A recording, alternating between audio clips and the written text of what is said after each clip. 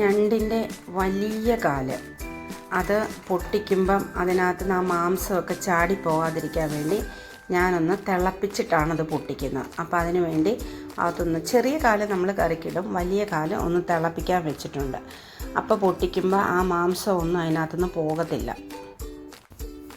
2 ഞണ്ട് അതിൽ നിന്ന് വലുതെടുത്തിട്ട് ഞാൻ നന്നായിട്ട് ക്ലീൻ ചെയ്ത് വെച്ചിട്ടുണ്ട്. ഞണ്ടിലേക്ക് നമ്മൾ 1 കപ്പ് വെള്ളം ഒഴിച്ചു കൊടുത്തു. 1/2 സ്പൂൺ പെരിഞ്ജീരകപ്പൊടി ഇട്ടു.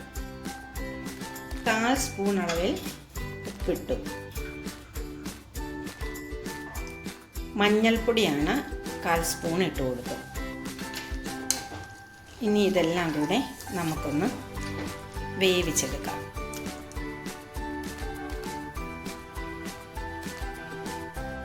നമുക്കൊന്ന് അടച്ചു വെച്ച് കൊടുക്കാം.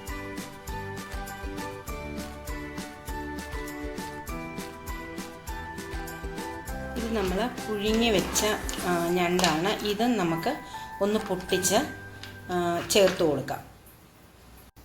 അപ്പം നമ്മൾ ആ പുഴുങ്ങി വെച്ചിരിക്കുന്ന ആ ക്ലോസ് എല്ലാം കൂടെ നമ്മൾ തിളച്ച് വന്നപ്പോൾ അതും ചേർത്ത് കൊടുത്തു. ഒന്ന് പൊട്ടിച്ചിട്ടാണ് അതും ചേർത്ത് കൊടുത്തിരിക്കുന്നത്. ഞണ്ട് റോസ്റ്റ് ചെയ്യാൻ വേണ്ടി നമ്മൾ എടുത്തിരിക്കുന്നത് ഒരു വലിയ, ഒരു ചെറുത്, ഒരു കുഞ്ഞു കഷ്ണം, ഇത്രയും സവോള, ഇഞ്ചി, വെളുത്തുള്ളി, പച്ചമുളക്, ഇത്രയും സാധനങ്ങളാണ്. ഇത് നമുക്ക് ചെറുതായിട്ട് അരിഞ്ഞെടുക്കാം. ഇതാണ് ഞാൻ റോസ്റ്റ് ചെയ്യാൻ വേണ്ടി എടുത്തിരിക്കുന്നത്. ഒരു കടായി വെച്ചിട്ടുണ്ട്. അപ്പം ഞാൻ അതിലേക്ക് എണ്ണ ഒഴിച്ചു കൊടുത്തു. ഞണ്ട് വേവിച്ച് ഞാൻ ഈ ഇത്രയും വെള്ളത്തിൽ, ഇനിയിപ്പം ഞണ്ട് വെന്തിട്ടുണ്ട്. നമുക്ക് എല്ലാം കൂടെ മസാല എല്ലാം മൂപ്പിച്ച് ഇതിലേക്ക് ചേർക്കാം. ആദ്യം നമുക്ക് എണ്ണ ഒഴിച്ചിട്ടുണ്ട്. അപ്പോൾ അതിലേക്ക് ഇഞ്ചി ചെറുതായിട്ട് അരിഞ്ഞത് ഇട്ട് കൊടുത്തു. വെളുത്തുള്ളി ഇട്ടു. പച്ചമുളക് ഇട്ടു.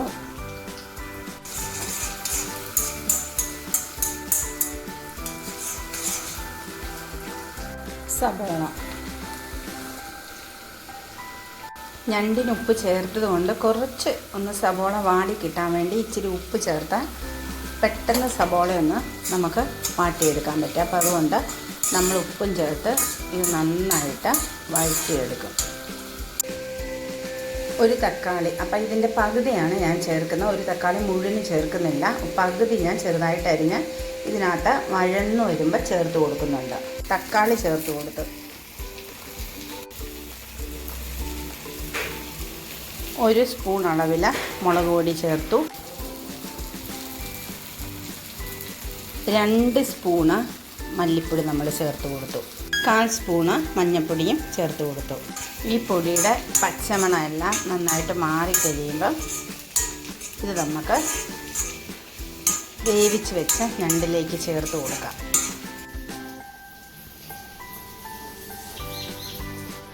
നമുക്ക് ഇളക്കി ഈ മസാലയും ഞണ്ടും കുറച്ച് ചാറൊക്കെ ഉണ്ട്, അപ്പോൾ ഇതെല്ലാം കൂടെ ഒന്നുകൂടെ ഇളക്കി യോജിപ്പിക്കാം. കുറച്ച് ഓയിൽ നമുക്ക് ഒഴിച്ചു കൊടുക്കാം. വെച്ചിട്ട് ഒരു മീഡിയം ഫ്ലെയിമിൽ നമുക്കിടാം. അതിലേക്ക് കറിവേപ്പില ഇട്ട് കൊടുത്തു. നമ്മൾ കുറച്ച് കുരുമുളക് പൊടി നമ്മൾ ചേർത്ത് കൊടുത്തു. നമ്മുടെ അടിപൊളിയായിട്ടുള്ള ഞണ്ട് റോസ്റ്റ് റെഡി ആയിട്ടുണ്ട്. ഞാൻ ഇച്ചിരി ചാറിലാണ് എടുക്കുന്നത്. നിങ്ങൾക്ക് വേണേൽ നന്നായിട്ട് പറ്റിച്ച് അത് റോസ്റ്റ് പരുവത്തിലെടുക്കാം. ഞാൻ കുറച്ച് ചാറിലാണ് എടുക്കുന്നത്. ഈ ഒരു പരുവത്തിലാണ് ഞാൻ എടുക്കുന്നത്.